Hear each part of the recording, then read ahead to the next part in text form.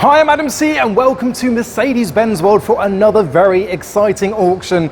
Some of the cars just down there are what we're here to see, but let's head into the lower floor of this museum and show you exactly what we're looking at. So being my channel, we will begin with a Cobra. This one in particular is a Ram. Now I apologize for the audio in this section because whilst it's quite cramped here, we have the rest of the cafe behind us. So this is a Ram Cobra with the same engine that my one has, the 5.7 litre Chevy 350, and a very similar number plate. Mine is 902. Obviously it's meant to spell out AC and then kind of Cobra, that's the point. This one's got the hardtop, very desirable. Estimate 32 to 42,000, which I think is pretty on the money. I paid 42 for mine. So I'll be picking and choosing some of the fascinating vehicles amongst all of these classics, the Austin Healey, the Triumph Stag Barn Find, and you can tell. Actually rare that it still has the Triumph V8 as opposed to the Rover that's more commonly fitted as an upgrade, a more reliable engine than Triumph's own efforts. Next door to that we have the Reliant Regal Supervan, as made famous in Only Fools on Horses. This one is a bit of a restoration project. Bodywork could do with a little bit of effort. I love how it's got the tow bar on the back of it as well. But behind it, alongside this gorgeous 356, is another project car, the BMW iSetter 600. This one, the four-wheeler. So you've got the single-cylinder, four-stroke bike engine in the back of that. Rare to actually find the four-seater family version. And of course, I'll be careful of this, that is how you get in. In the front at least, the rear has rear doors as well. And then we have the Sidewinder from the Barris Customs collection. Now they were responsible for the 1966 Batmobile. You can see the crazy design. You'll see you've got the 20-inch almost bicycle wheel at the front, but this whole tricycle was built around this Sidewinder or winder, sideways mounted Buick V8. With the independent throttle bodies all firing into each other, automatic gearbox, and obviously we've got the massive chunky tyres at the rear. Look at these spinners, it's remarkable. Now this is part of the collection that is offered without reserve, so no one really knows what something like this with its California number plate is going to make. The wheelie bars at the back are just hilarious but essential when you've got tyres like that and then an engine mounted sideways in the middle and handlebars. But there is so much more just like this hidden amongst this collection, but one that absolutely cannot be ignored by me because it has my initials, AC, and was born the same year that I was. And we're at Brooklands. This is the AC Brooklands. It was powered by a Ford V8, similar running gear to the Mustangs of the era, and only about 60 of these were produced. Obviously, right-hand drive, manual gearbox. You've got that wood interior, only about 66,000 miles in this car. I will be keeping a keen eye on what this reaches because it's such a rare car. The fuel filler cap there, the same place as on the Cobras. The soft top folds down underneath here, and look, you've even got an attempt at looking like rear seats, but they are not seats in the back. This is a pure two-seater sports car with its 4.9 litre V8. It was AC's answer to the MG R8 with a measly 3.5 litre Rover V8. So Mustang powered AC, my initials, my year. That's my favourite so far. But we next go to a few more quirky vehicles of the collection. I can't wait to show you this one, but first, from California Show Cars is this buggy. So, at the back is an Oldsmobile big block V8 providing 670 horsepower. You've got those weather carbs up top and dual exhausts coming underneath the engine and out through the driver's side of the car. You've got the twin wheels on each side at the rear. This has just been restored, but they have kept the original paint job. Obviously, this was a well-renowned customizer in the States, in California. Look at that plush interior. Got the auto 2-speed gearbox and just 2 pedals with that tiny little throttle pedal. The ignition switch is on the floor there, and you've got 1 switch and that's it. They're the only controls. You've got the fuel filler cap there at the front, and this is another vehicle offered without reserve. But from one 1970 Hot Rods to another, this is an incredibly famous car built by Steve Tansey. And yes, this is a drivable vehicle. So it's got a pool table in the back, thought to be 100 years old. And whilst it isn't currently in operation at the moment, needs a bit of restoration to get running again, underneath the pool table, we have a Hemi V8. I mean, I've only ever seen Hot Wheels produce something as crazy as this, not a working car. We've got the cues down the side here, and the wheels are meant to replicate snooker balls. So I'm guessing, oh, is that pool or snooker? I'm not that good. Someone tell me in the comment. You've got the 8 ball there. They're all scattered over the front. And then I think these are obviously airflow over the wheels. There's no light, so this is not a road legal vehicle. That is probably worth its weight in gold to tow it around. But look, you've got the dragster steering wheel. So these you would commonly find on a proper top-fueled dragster. So limited steering, got the signature stitched into the interior there. So it needs a little bit of light restoration. That is absolutely the most wacky thing I've ever seen. Mated to an automatic gearbox, of course. No room to change gear. And I think it needs a little bit of that's fallen apart through many games on the pool table. So the Pool Hustler is here presented, again, non-reserve, so no one knows what something like this is going to make. Have you ever seen anything like it? Look, you've got more pool balls there. But we're heading outside for the outdoor collection before it gets too dark, and then we're heading upstairs for the final few cars, and then we'll find out exactly what they make. So lot 166 is this Lamborghini Gallardo Spider. We can see inside that it is not a manual car, but the estimate is only between £45,000 to £55,000.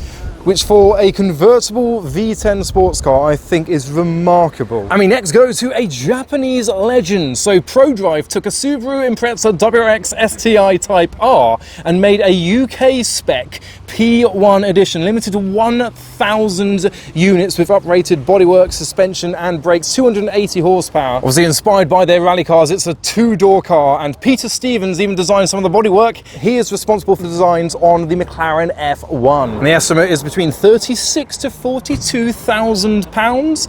And next door, another Japanese car, a 300ZX. This UK car is completely standard, believed to be one of 12 left in the UK on the roads. It's the T-top, and the estimate is about £20,000. Now, I hope you don't mind, but I'm going to pay particular attention to this Lamborghini Murcielago replica. Of course, this is a stretched Toyota MR2. You can see, I mean, the fitment isn't quite as it was on the originals. We've got custom wheels. It's mated to a 400 brake horsepower V8 from an Audi S8.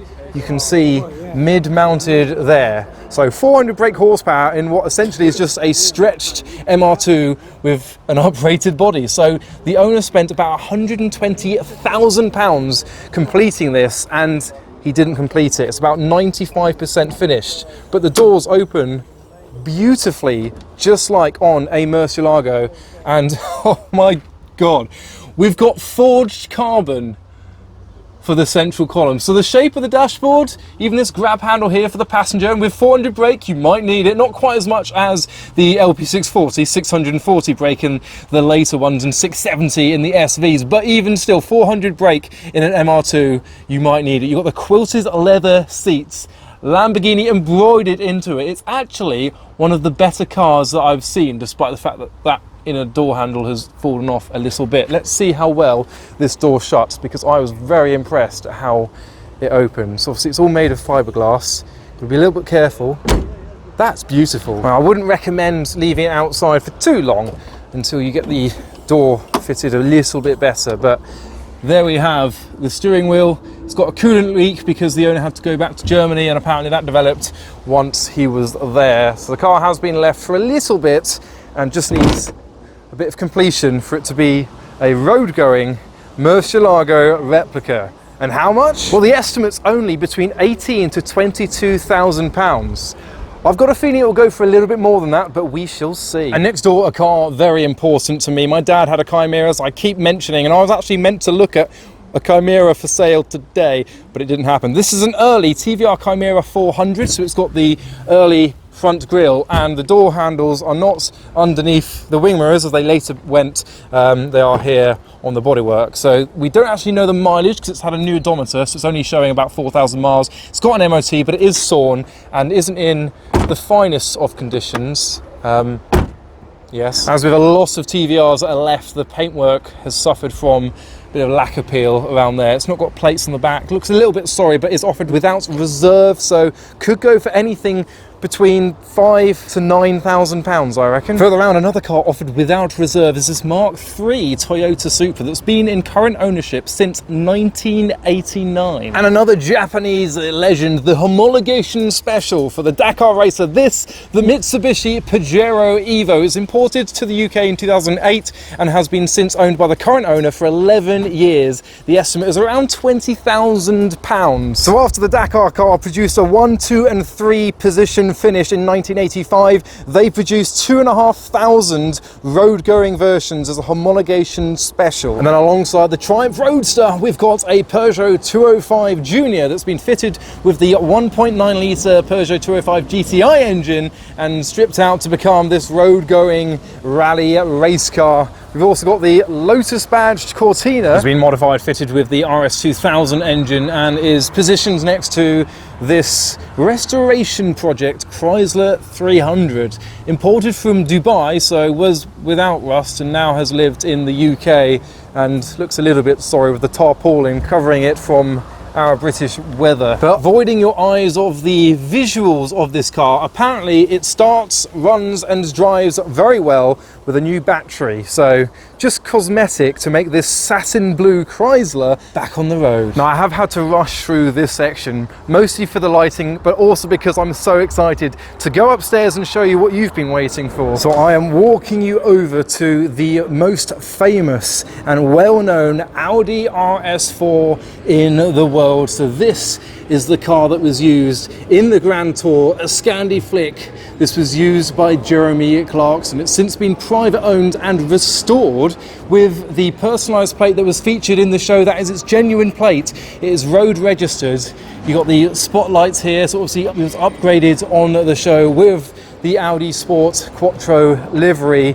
The engine has been untouched. It's just got the flamethrower exhaust. So the most famous Audi RS4 in the world. What do you reckon this will reach? Now they do have an estimate here of what they think, but tomorrow it's anyone's guess, depending on how many people turn up. So we can actually have a look inside Jeremy Clarkson's car, and this is where the legend of the Grand Tour once sat, and now the legend of YouTube is now sitting. So it's only got 74,000 miles, and if you're in the market for an RS4, why not buy the most famous one in the world? Considering it's been abused on a Grand Tour program, it's actually in pristine condition comparatively for the year. This is the condition that I would expect a car of this age to be in. It's got the smell that's correct for the era as well, that kind of slightly shiny leather that could just need a clean up. We've got the original RS4 mats, obviously the 6-speed manual gearbox as well, and all the buttons on the steering wheel, the S mode there. Other than the livery and the spotlights and its history, it is just a standard black Audi RS4. So you could use this for your school run and be the coolest dad in the world and drive what once was driven by Jeremy Clarkson. And other than a random example asking £50,000, RS4s of this era fetch between £12,000 to £26,000. This one is expected to receive about £28,000 to £35,000. Now, depending on how many people see this and are aware, it could reach the higher end towards the 50, but £28,000 for a Clarkson vehicle, I think, is a bargain. But from one modern legend to a classic legend, we have the Beast. So this is not actually allowed to be called a Rolls-Royce anymore. It is fitted with a 27-litre Merlin engine, so a plain engine, V12 in I almost said Rolls-Royce there, in the Beast. It was Paul Jameson who originally stretched this chassis to hold a tank engine, and then John Dodd bought it and it was later involved in a fire. Now, after he brought it out the fire, he thought he'd redevelop it into what you see today. It's been in a few different colours. Very famously, it was featured in gold, but now it is in this graphite grey with those quad front headlights. I mean, from this kind of view, you can tell it's different, but not when you see the length of that bonnet. I mean, take a look at this. It's just a single hinge and then gas struts on the other side. And you've got all of this ventage here for the cooling of the 27-litre beast. You've got Merlin on top, you've got the ram air filter, massive filter at the front there. And despite it being 19 foot in length, it is still only a two-door, a shooting brake. And you've got the classic handles opening up into your bucket seats that really recline you back into this unique driving position with the longest bonnet in front of you. Automatic gearbox, of course, because it's estimated to have between 750 and 850 horsepower. Apparently has reached speeds of about 170 miles per hour with its Spitfire engine. Also, about this colour, it's actually a wrap, so you've still got the golden yellow paintwork underneath. And there is that rear hatch of the beast. And the estimate, you ask? Well, it's between 75 and 100,000 pounds to buy probably the most controversial Rolls Royce ever made. And for another famous legend in the auction, we have the Wolf Race Sonic. So Wolf Race Wheels wanted a commercial tool to sell their new Sonic wheel, and this is what was born. So this was a road legal car, and they actually used it in Formula 1 and various promotional events. It's got two Rover V8s, thus creating this unique design that creates this doorway into the twin cockpit of this car.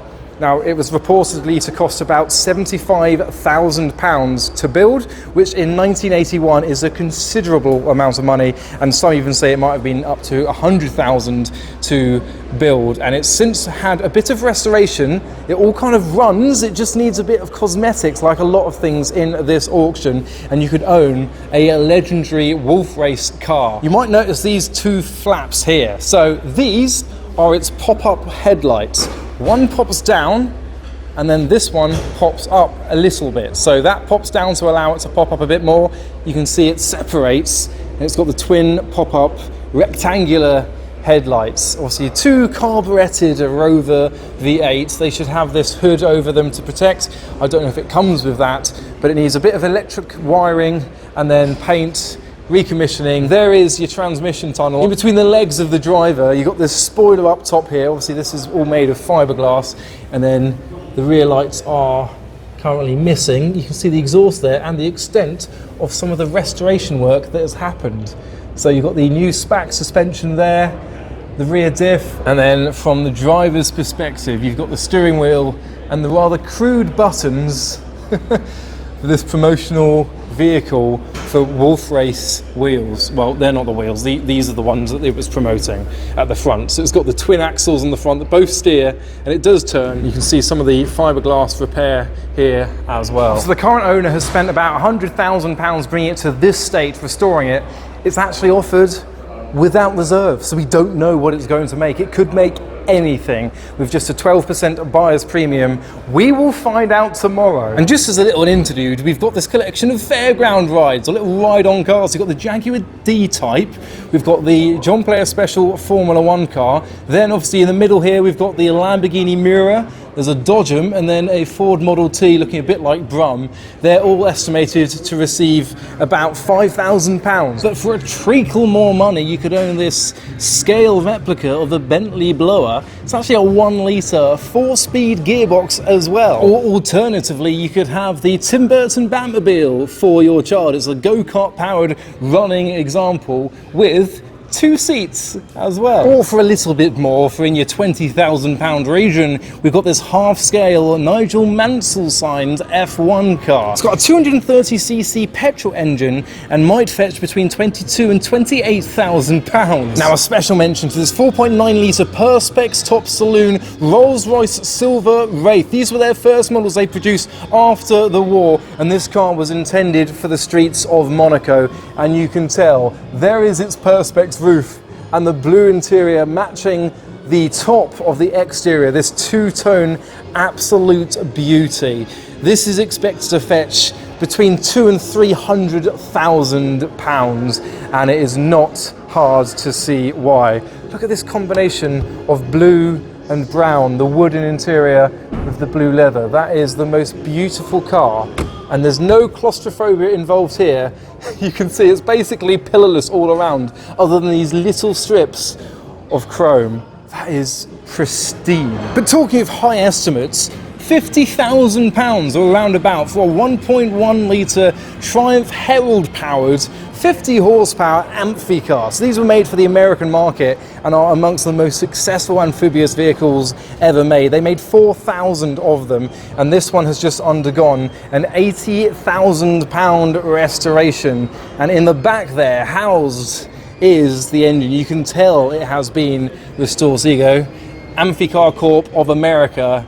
There's its chassis plate. So these are amphibious. They can be driven on water as well as on land with that drop top appearance. Probably better suited for the streets of California than the streets of Surrey. But I can hear a lot of you saying the words, now you're talking. We have this restored R33 GTR. Now the first thing that strikes me about this is the intriguing plate fitment. They've stuck it to the valance there rather than house it. I mean, you've even got the holes there to house it, but that's the motorbike size, whereas you want the imported size plate there. So maybe that's why. But this has gone to Horsham Development. It's got about 490 horsepower from its RB26. This is estimated to fetch between 35 to 40,000, but if you ask me, if the restoration's good enough, I think it will go for more than that. It's next door to a recreation of the McLaren M6 GT. So the M6 GT was Bruce McLaren's first road-going McLaren project, but unfortunately he was killed before he could finish it. But McLaren recognised that in the 90s and completed the project. But this one by Tornado Sports Cars is a recreation of that. So they had a few spare chassis lying around from their GT40 products, and with the 3.9 litre Rover V8, only with a respectable 250 horsepower. You can see the trumpets there. Oh, can you? They're fake trumpets, sorry, no. They've been self-tapped onto the air filter. Okay, well yes, the originals would have had that, but this obviously on a Q plate is a recreation, so it's only estimated to receive between £30,000 and £35,000. But this is actually impeccable. It's finished in papaya orange, the correct colour for your McLaren, and you can kind of recognise that interior if you are a GT40 enthusiast, but obviously the gear stick is on the correct side, whereas on GT40s they should be down here. And you've got the little very GT40 style door that closes beautifully if I use more force. But a huge thanks to the historics auctioneers here at Mercedes-Benz World. It's now time to go home and I'll wait for the auction tomorrow that I will show you how much some of these cars get. But if you want to find out more information, all of it can be found on the historics website as well. I can't wait to see. I'm not going to buy. So I'm glad I didn't go back to Brooklands to watch this auction live, because it's 3 o'clock now. The auction started at 9:30 and Clarkson's RS4 still hasn't sold. But I'll walk you through what I saw and what prices were reached or not reached. So the first one that I missed because I was on the toilet, the TVR Chimera, my estimate of about 5 to 9 was pretty much on the money. £6,500 that one met. Fairly good for a car of its condition. Then we had the Chrysler 300 Cabriolet. So obviously it's come from Dubai. It's got an Audi V8 apparently, but no roof. They started the bidding at 3,000. Nothing. 2,000, still no one. 1,000, finally someone put 1,000 on. Then someone online put 1,001, they didn't accept that. But eventually it only went to £1,400. Maybe, you know, a quick buck can be made for a resale. My finger was on the trigger. I was like, I don't want it, I don't want it. But what I did want was the AC Brooklands. That was the next one for me. And I was like, here we go. This is going to be good. They started at 6,000, no reserve. 6.5, 7, 7.5, 8, 8.5, 9, 10, 11, 12.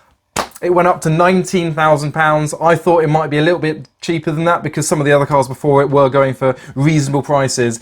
I didn't get it. Next up was the Pajero Evo, which unfortunately did not reach its reserve of about 15 to 16. Then it was the Subaru Impreza P1. That reached a 32.5, so didn't quite hit the estimate, but a fair price for a P1. Then it was the California Show Cars Sand Dragon car. No one really knew what it was going to do. It hadn't reached auction for a while. It got to £20,000, which for a unique build, I don't think it can be road legalised, but I think that's fair. The Reliant Regal Only Fools and Horses van somehow made £13,000. The Cobra by Ram hit £26,000 and sold. I think that's a good price for what it is with the 5.7 Chevy. Then it was the turn of the Wolf Race Sonic, the first of the really interesting ones. Someone was offered about £1 million for that car several decades ago, so who knows what it could have made without reserve, and it's just had £100,000 spent on it. However, people weren't as convinced. It got to £36,000, and that's where it finished. And for the next non-reserve car, we've got that tricycle with that sideways mounted V8. That only hit £16,500. I think that's fair. And then it was the turn of the Beast. Now,